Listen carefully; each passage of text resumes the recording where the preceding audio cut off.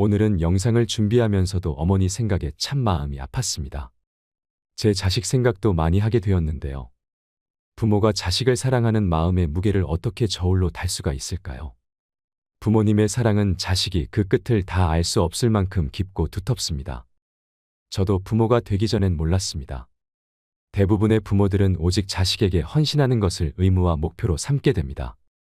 그래서 부모는 자식들에게 자신들의 삶까지 주려고 합니다. 어떤 역경에서도 자신의 목숨까지 기꺼이 희생합니다.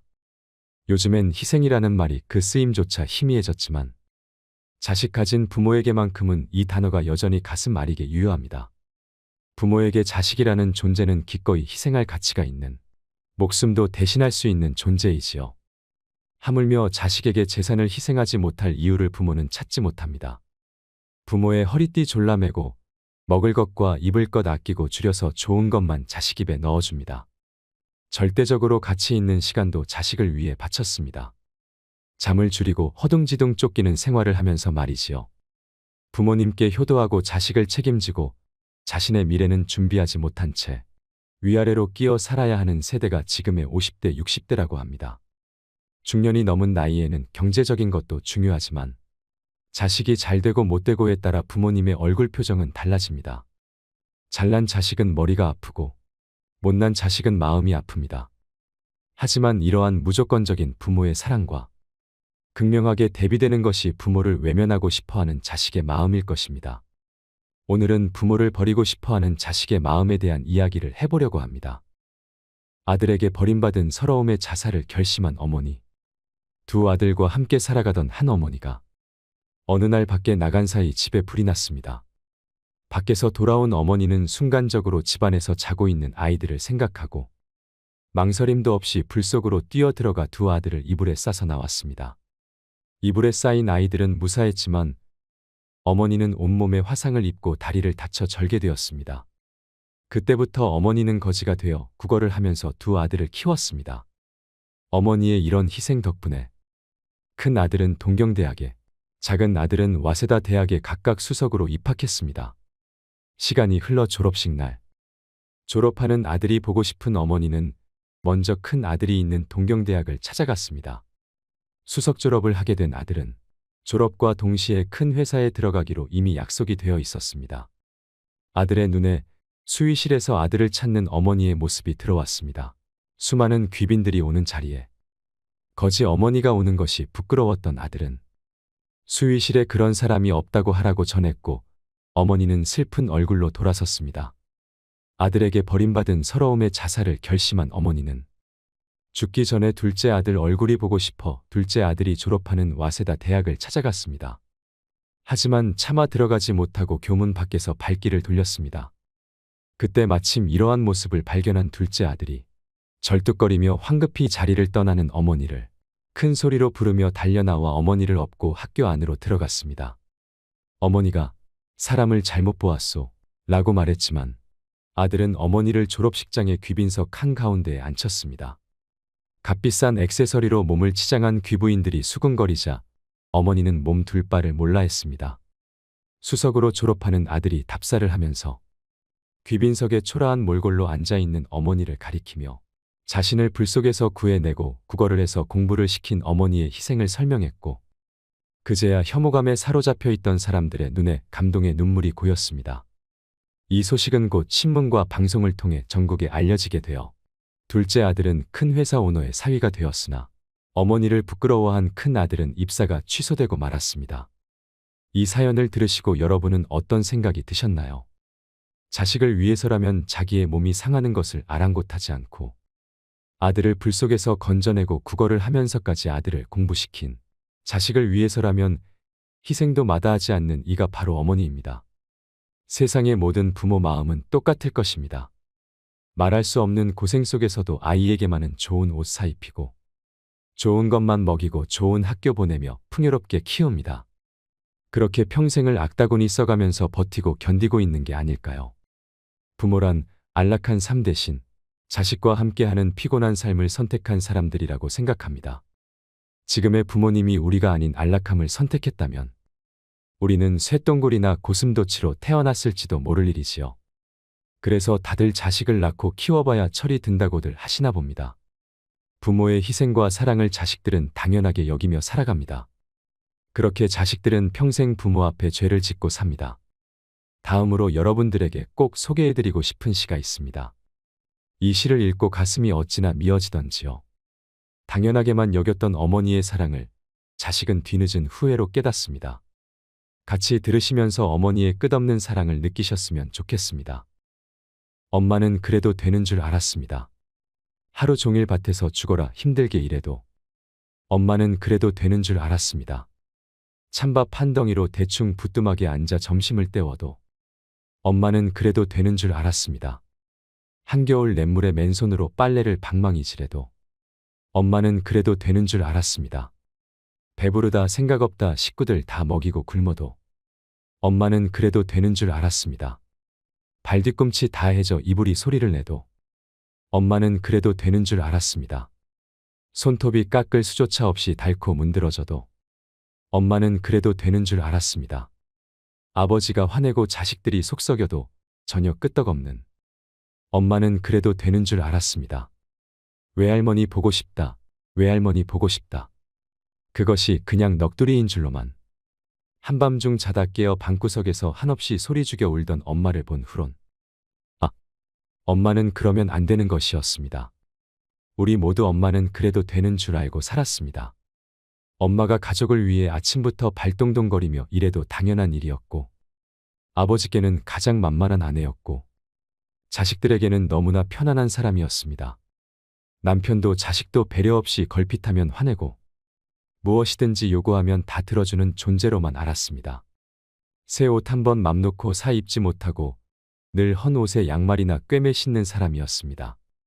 아이들이 싸워서 남의 애를 다치게 해도 엄마가 죄인이 되어 사과를 하러 다녔고 남편이 밖에서 실수를 해도 아내인 엄마가 뒤처리를 해야만 했습니다. 갑자기 돈이 필요할 때도 이웃의 엄마가 빌리러 다녔습니다.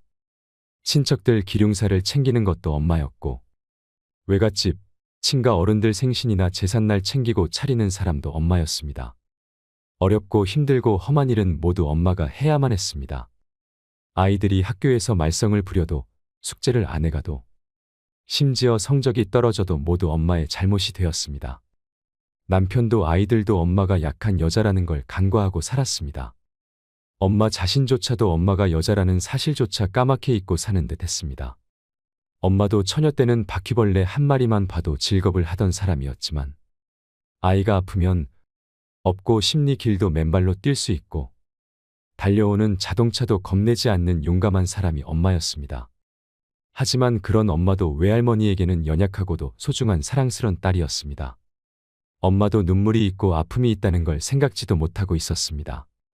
엄마의 마음속에 소설 12권이 들어있고 가슴속에는 시가 산더미인 줄 몰랐습니다. 마음으로 쓰다가 버린 편지도 수백 통은 될 겁니다. 가장 가까이에 있으면서도 가장 모르고 살았던 엄마였습니다. 엄마는 돌아가시고 나서야 그 존재감이 확실해지는 것 같습니다. 살아계실 때는 당연히 항상 곁에 있는 사람이 엄마였고 돌아가신다는 생각조차 하지 않고 살았습니다. 신은 모든 곳에 있을 수 없어서 대신 엄마를 만들었다고 합니다. 엄마는 자식에게 신 같은 존재이지요. 돌아가신 뒤에 후회하지 말고 살아계신다면 계실 때 한 번 더 따뜻하게 안아드리는 게 어떨까요? 얼마 전 시장에서 만난 동네 할머니가 이런 고민을 얘기하셨습니다. 애지중지하던 자식들 시집장가를 보내고 나니 이 부모를 본 척만 척합니다. 마음 공부하면서 서운한 마음도 다 내려놓고 그 마음 돌려보려고 애쓰지만 자식에 대한 집착 때문에 그런지 쉽게 사라지지 않습니다. 남편도 몇 해 전 떠나고 나는 껍데기만 남은 듯한 느낌이 듭니다. 아들이 결혼 후 안부 전화를 자주 할 줄 알았습니다. 오매불망 아들이 안부 전화해주기를 기다렸는데 결혼한 지 일주일이 지나도록 감감무소식입니다. 자식을 결혼시키면 더 이상 내 자식이 아니라더니 그 말이 맞습니다. 그렇게 한참을 기다리다가 결국 내가 먼저 아들에게 전화하니 바쁘다는 말만 하고 전화를 끊어버려요. 그 매몰찬 대답에 눈물이 왈칵해 사흘 밤낮을 울었습니다. 나이가 들어가면서 참 별것도 아닌 사소한 일에 섭섭함이 점점 더 커져가는 것 같습니다. 지금까지 자녀들만 바라보고 희생해왔는데 이제는 다 컸다고 저를 짐처럼 느끼는 것 같고 연락도 거의 하지 않아서 배신감까지 들고 부모 마음을 몰라주는 자식 때문에 서운한 마음도 큽니다. 최근에는 배신감이 너무 커져서 부모 자식 간의 인연을 끊고 싶다는 생각까지 듭니다. 자녀들을 위해 평생 희생을 하셨기에 서운함과 허전함이 더욱 크실 겁니다. 아이를 잘 키우겠다고 온갖 고생을 다 하면서도 자신이 고생하는 것을 아이에게는 보여주지 않는 부모들이 많이 있습니다. 그런 물질적 방식의 사랑은 나중에 불효로 돌아오게 됩니다. 그래서 옛말에 논 팔아서 공부시키면 불효자 되고 머슴살이 시킨 아들은 효자 된다라는 말이 있습니다. 아이를 품 안에 자식으로 키우는 방식은 자식을 불효자로 만드는 길입니다. 아이는 자식을 위해서라면 무엇이든 희생하는 어머니의 사랑을 먹고 자랍니다.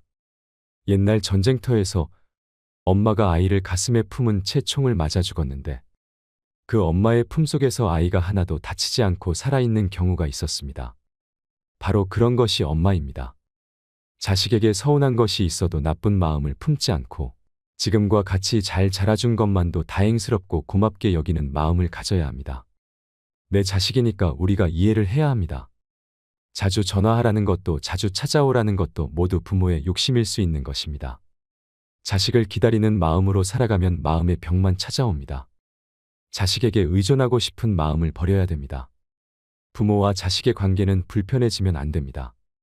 서로에게 짐이 되지 않고 부담되지 않아야 불편하지 않습니다. 좋은 쪽으로 마음과 생각의 길을 트셔야 합니다.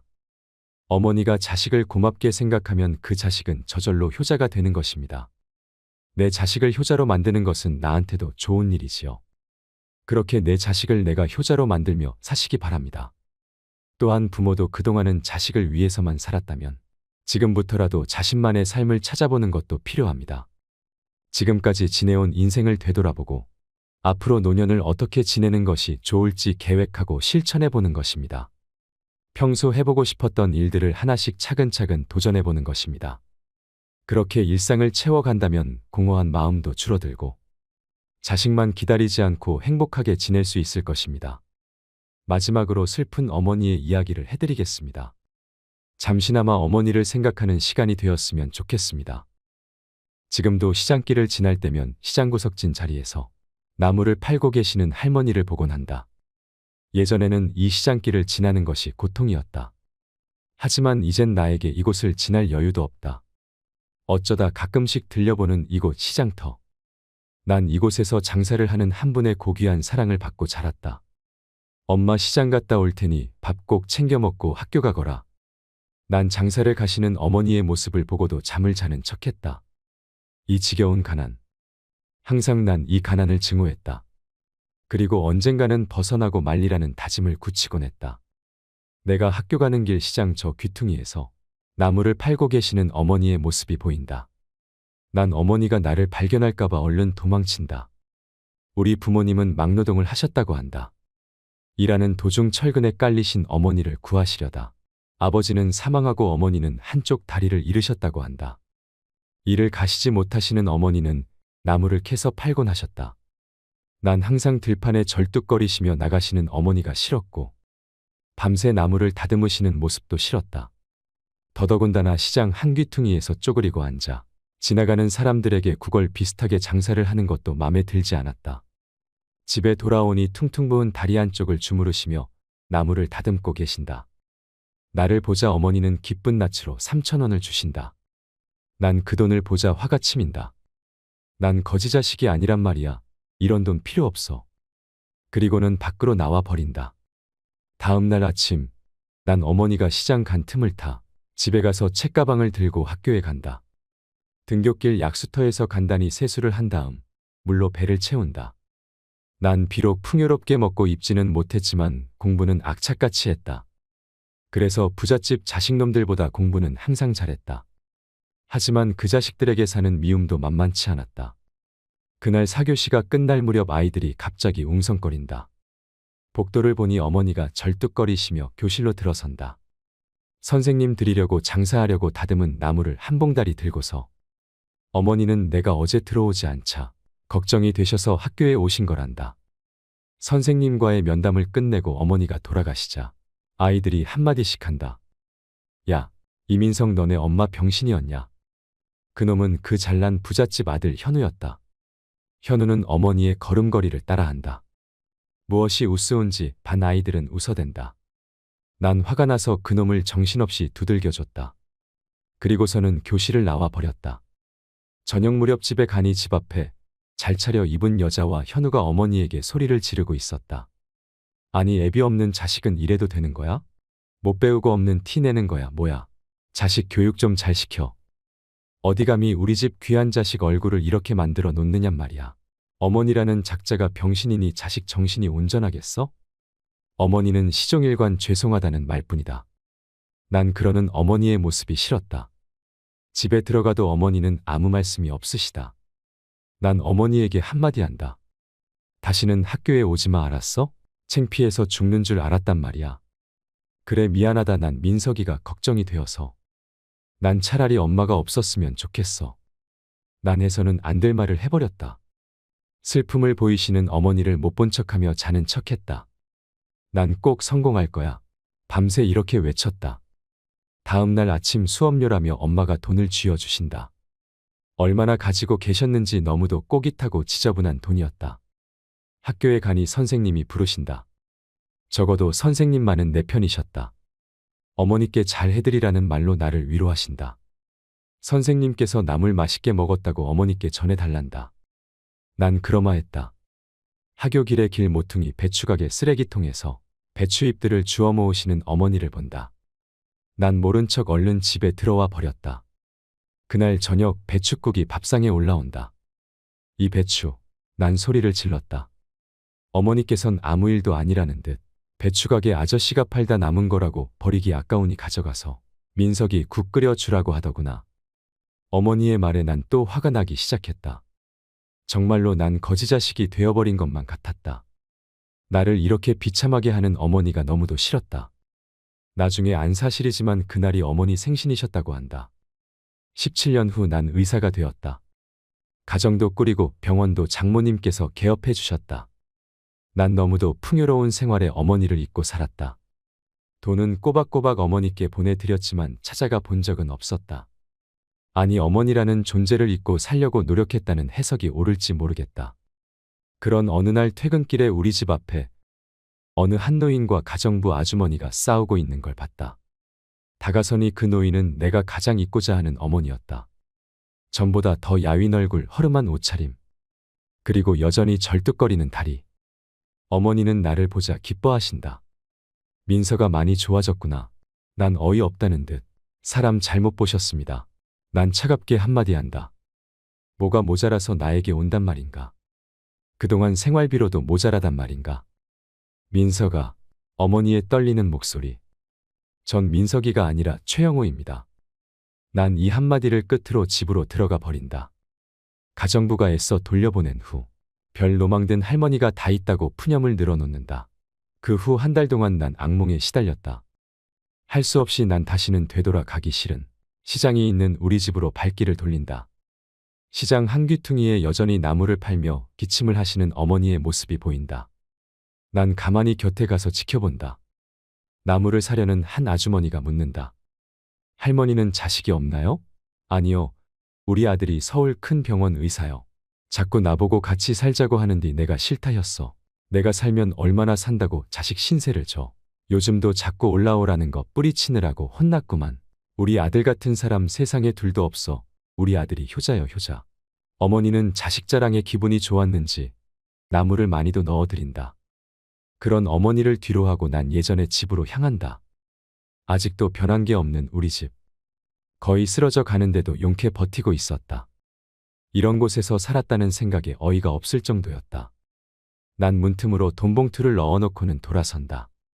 1년이 지난 후 난 어머니의 사망 소식을 고교담임 선생님으로부터 듣게 되었다. 그래도 무슨 이유에서인지 내 발길은 어머니의 집으로 향하게 되었다. 시장에는 어머니의 모습이 정말로 보이질 않았다. 도착한 곳에는 선생님이 혼자 집을 지키고 계셨다. 나를 알아보신 선생님은 아무 말씀도 없으시다. 무거운 침묵이 흐르고 민서가 내 옆에 와서 잠깐 앉아라. 선생님이 처음으로 하신 말씀이셨다. 선생님께선 낯익은 보따리를 나에게 주신다. 바로 어머니가 가지고 다니시던 나물 보따리셨다. 이 보따리에다 밤새 다듬은 나물들을 싸서 시장에 팔러 가시고 나셨다. 풀러보거라. 선생님의 말씀대로 난 보따리를 풀렀다. 돈 아닙니까? 그래 돈이다. 내 어머니가 너에게 주시는 마지막 선물이다. 그동안 내가 돌아올까 봐서 그리고 혹시나 내가 성공하지 못하면 다른 사업을 할 수 있도록 모아두신 돈이란다. 너 하나 믿고 무슨 미련인지 이곳을 떠나지 못하고 너를 기다렸다. 너에게 잘해주지 못해 항상 미안해 하셨다. 내가 가끔 내 어머니의 말 동무가 되어드렸단다.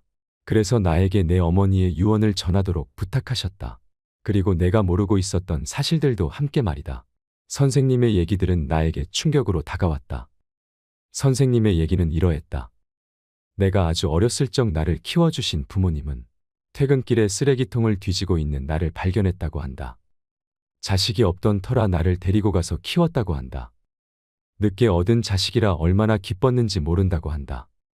어린 나를 집에 혼자 둘 수 없어 항상 나를 공사판에 데리고 다니셨다고 한다. 그런 어느 날 무너지는 철근 밑에 있는 나를 보고 어머니가 뛰어드셨다고 한다. 그리고 아버지도 어머니와 나를 구하기 위해 몸을 던지셨다고 한다. 그 사고로 아버지는 돌아가시고 어머니는 한쪽 다리를 잃으셨다고 한다. 그러니까 난 아버지의 목숨과 어머니의 다리로 살아난 운 좋은 놈이라고 한다. 혼자가 되신 어머니, 다리마저 불편하신 어머니께 주위 사람들은 나를 고아원에 보내라고 하셨단다. 하지만 어머닌 나를 자신의 목숨보다 소중히 여기셨기에 나를 버리시지 않고 키우셨다고 한다. 그 후 어머닌 아버지를 잊기 위해 이곳으로 옮기셔서 나무를 팔며 나를 키워오신 거란다. 내가 대학 다닐 때 암인 걸 아신 어머니는 자신의 몸보다 내 학비를 마련하기 위해 병원에도 가지 않으셨다고 한다.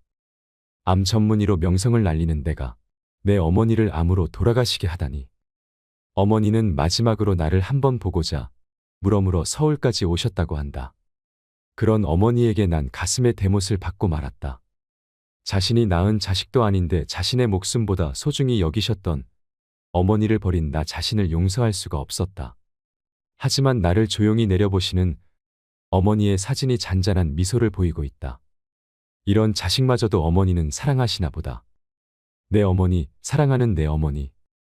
그 후 난 시간이 날 때마다 가끔씩 이곳을 들른다. 혹시나 어머니가 나무를 파시고 계실 것 같은 착각에 말이다. 사랑합니다. 나의 아버지, 나의 어머니. 항상 고맙고 감사합니다. 오늘도 노후의 지혜와 함께 해주셔서 감사드립니다. 황금빛으로 무르익어가는 여러분의 지혜로운 인생을 언제나 응원합니다.